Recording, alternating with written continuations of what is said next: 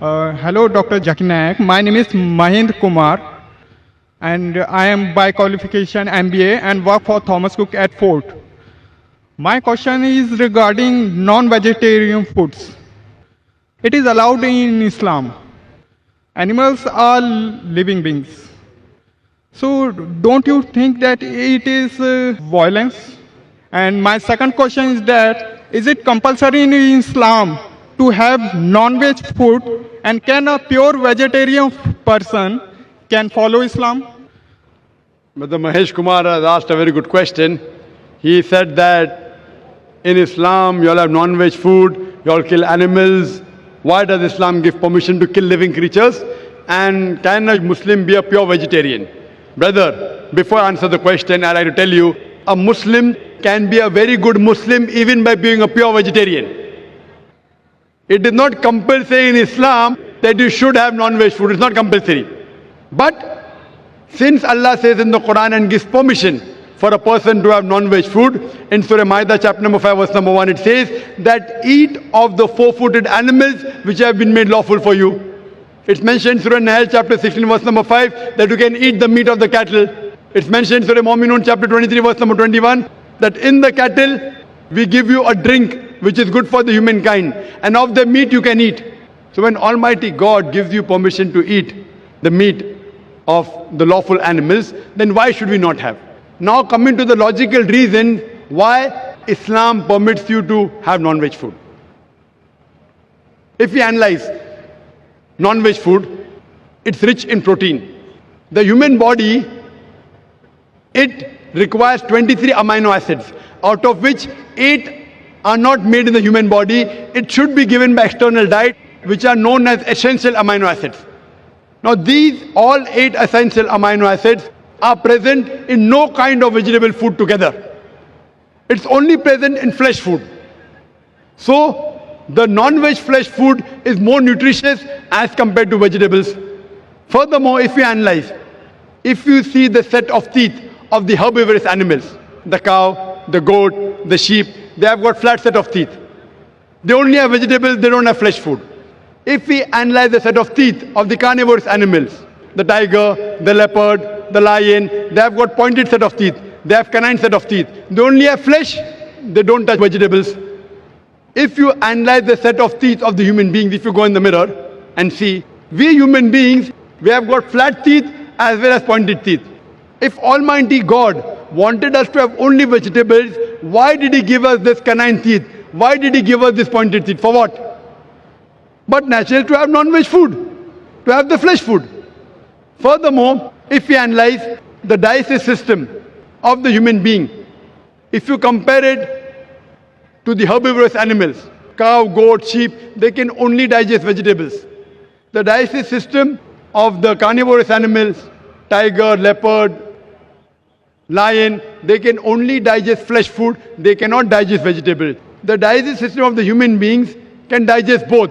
It has small intestine, big intestine. It can digest vegetables as well as flesh food. It can digest both.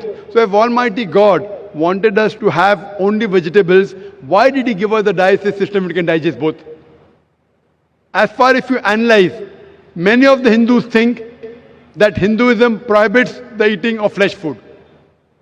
In fact, if you read, it's mentioned in Manu Smriti, chapter number 5, verse number 30. Almighty God has created some animals to eat and some to be eaten.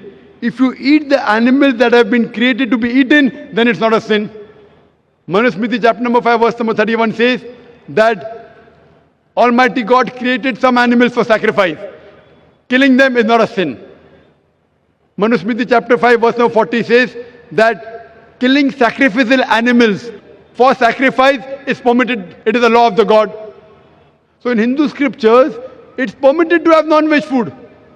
If you read the Vedas and the other scriptures, sages and sons, they ate non-veg food, they even ate beef.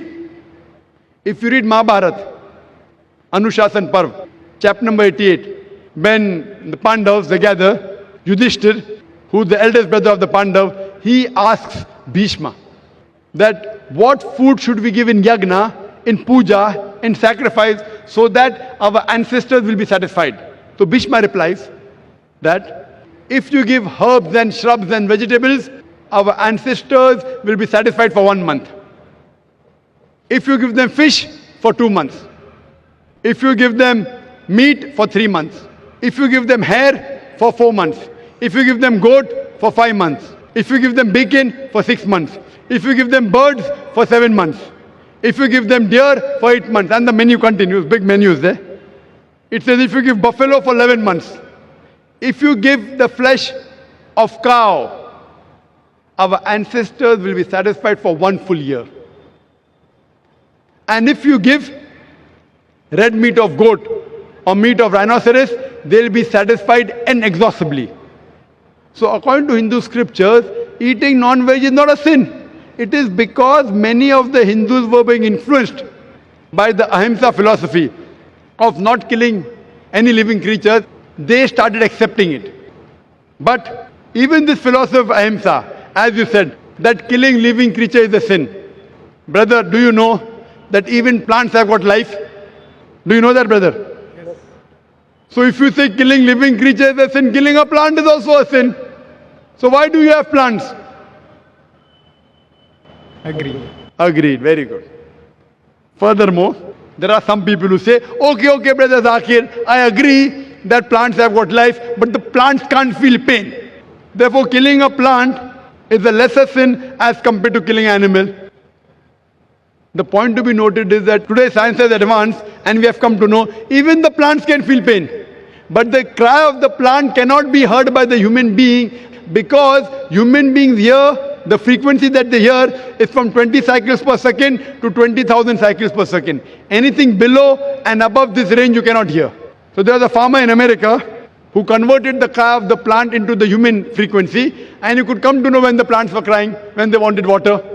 There's another person who came and argued with me and told me, Brother Zakir, I agree with you that plants have got life, plants can feel pain, but the plants have got about 2 senses less as compared to the animals. Therefore, killing a plant is a lesser sin as compared to killing an animal.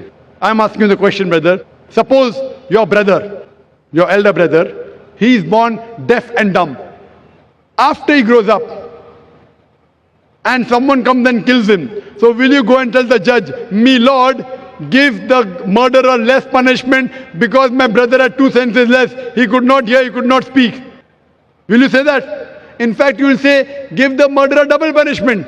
He could not hear, he could not speak. My brother was masoom, he was innocent. So in Islam, it does not work like that, 2 senses or 3 senses. The Quran says in Surah Baqarah, chapter number 2, verse number 168, eat of the good things we have provided to you. As long as the food is halal, it's tayyib for you, you can have it. And furthermore, I personally have got no problem if the non-Muslim don't have non-veg. I've got no problem. Only if they tell me eating non-veg is a sin, it's a crime, that's the time I give the reply. Otherwise, if the non-Muslims in India, they don't have non-veg, it's beneficial for me. If all the non-Muslims in India start having non-veg, then the prices of mutton and beef will rise. It'll be more expensive for me to have it. So personally, I've got no problem. Hope that satisfies your question, brother. Yeah, definitely, sir. So now, if you want, you can yet be a good vegetarian. If you want, you can eat non-veg also. Eating non-veg will keep you more healthy.